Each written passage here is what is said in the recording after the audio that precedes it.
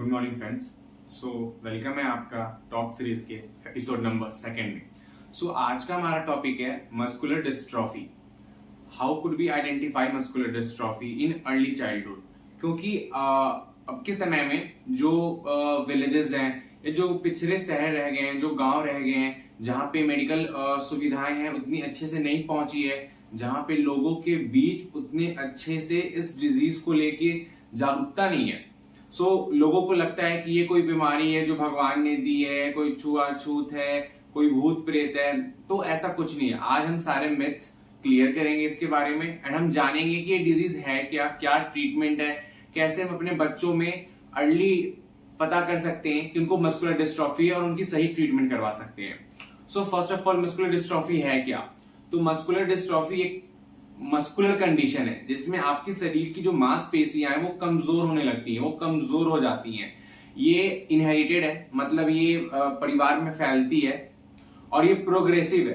Progressive का मतलब ये हुआ कि ये डिजीज धीरे धीरे उम्र के साथ बढ़ते जाती है और भयानक रूप लेते जाती है और ये फैटल है, मतलब इस डिजीज से बच्चे की मौत तक हो सकती है।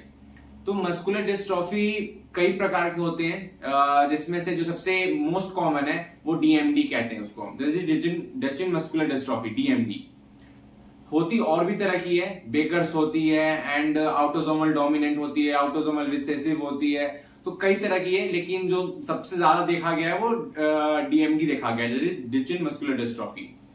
इसमें क्या होता है, आपकी जो प्रॉक्सिमल से डिस्टल की ओर वीकनेस जाती है, मतलब आपकी जो जॉइंट्स के जो क्लोज मसल्स हैं, जैसे शोल्डर की मैं बात करूं तो मेरी यहां पे वीकनेस आएगी, शोल्डर से फिर धीरे धीरे वीकनेस एल्बो, फिर नीचे, तो मतलब प्रॉक्सिमल से डिस्टल आता है। बाकी कुछ अदर मस्कुलर डिस्ट्रॉफीज भी हैं जिसमें कि डिस्टल टू प्रॉक्सिमल भी चलती है। ये हर 3500 लाइव बर्थ में एक बच्चे में ये पाया गया है, इसकी ये रेट है डीएमडी की।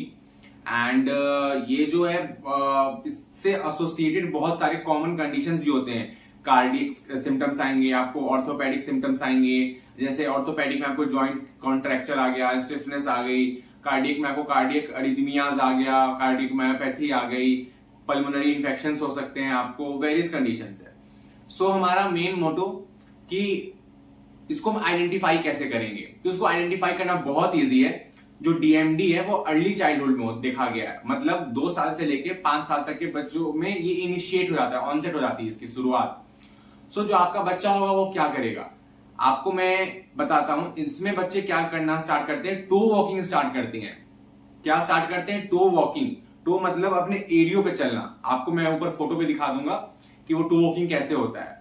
अब क्यों टो वॉकिंग करते हैं मैं ये भी बताता हूं, आप अपने बच्चों को ध्यान से देखना, वो आपको दिखेंगे कि वो अपने एरियो पे चलना शुरू कर देते हैं। एरियो पे मतलब उनकी जो हील होती है वो जमीन पे सटती नहीं है, टच नहीं होती, वो ऐसे चलते हैं, ऐसे ऐसे ऐसे, ये ऐसे नहीं होती है। क्या होता है ना कि इसमें आपकी मांसपेशी धीरे धीरे खराब होने लगती है, मरने लगती है।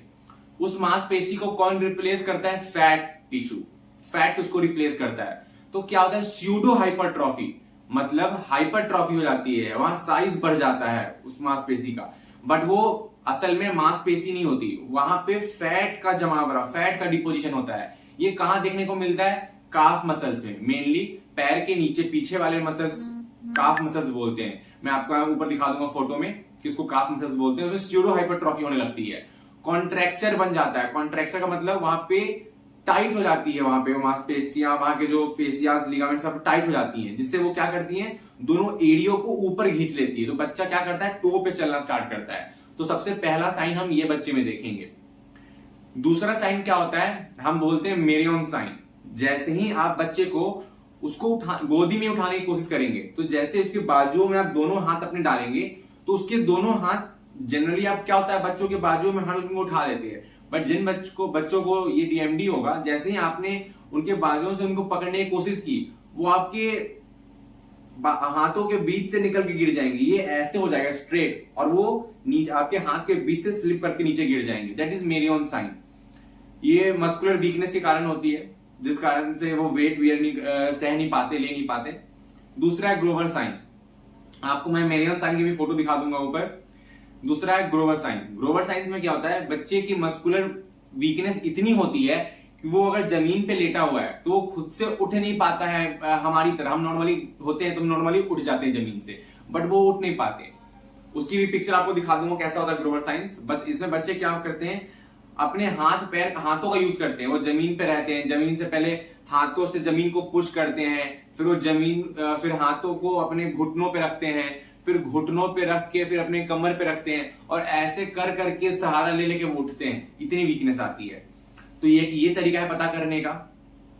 आप अगर अफोर्ड कर सकते हैं तो आप क्रोमोसोमल और जीन की इन्वेस्टिगेशन करा सकते हैं, जिसमें एक क्रोमोसोम होता है XP21.2, वो रिस्पॉन्सिबल होता है हमारे बॉडी में एक प्रोटीन बनाने के लिए, जिसको हम बोलते हैं डिस्ट्रोफिन। डिस्ट्रोफिन का काम क्या होता है, आपके मसल के स्ट्रक्चर को मेंटेन करना। इसमें म्यूटेशन होने के कारण डिस्ट्रोफिन नहीं बनती, और मस्कुलर में डिस्ट्रोफिन नहीं बनने के कारण मसल में वीकनेस आती है।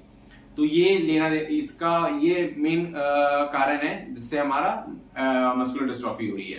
तो ये कुछ सिम्टम्स, ये कुछ साइंस थे जिससे कि हम पता कर सकते हैं कि हमारे बच्चे को है या नहीं है। सो मैं आपसे यही रिक्वेस्ट करूंगा कि इन चीजों को देखें, समझें, परखें और अंधविश्वास से दूर रहें। और अपने बच्चों में अगर आपको ये साइन दिखते हैं तो जल्द से जल्द किसी अच्छे हॉस्पिटल में जाएं, इनका फिजियोथेरेपी ट्रीटमेंट स्टार्ट करें। बिकॉज फिजियोथेरेपी ट्रीटमेंट अगर इनकी अर्ली स्टेज में स्टार्ट की गई तो ये क्योरेबल कुछ हद तक हो जाती है। मतलब बच्चे अपने 70-80% मैक्सिमम लाइफस्टाइल पे वापस आ जाते हैं। अदरवाइज बहुत डिफिकल्ट होती है इसके साथ कंटिन्यू करना, इसकी लाइफ ज्यादा नहीं है। अगर आपको इसके बारे में और ज्यादा जानना है तो मैं आपको डिस्क्रिप्शन में एक लिंक दे दूंगा। मेरी एक वीडियो आई थी जब हम गए थे IMD, that is Indian muscular dystrophy association, जो सोलान हिमाचल प्रदेश में है। वहां मेरी एक स्पीच थी, आपको ऊपर फोटो दिख रही होगी ये, और उसका लिंक मैं नीचे दे दूंगा। सो आप एक बार वो जाकर विजिट करना।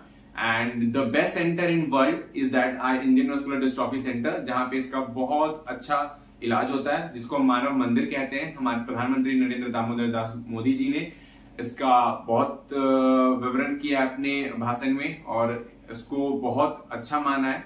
सो मैं आप सबसे रिक्वेस्ट करता हूं, इसको जितने ज्यादा हो सके फैलाएं, लोगों तक इसके बारे में समझाएं, क्या है ये, क्यों है और कैसे इलाज होता है। सो धन्यवाद आज के लिए। मिलते हैं हम अगले एपिसोड में, तब तक के लिए जय श्री राम।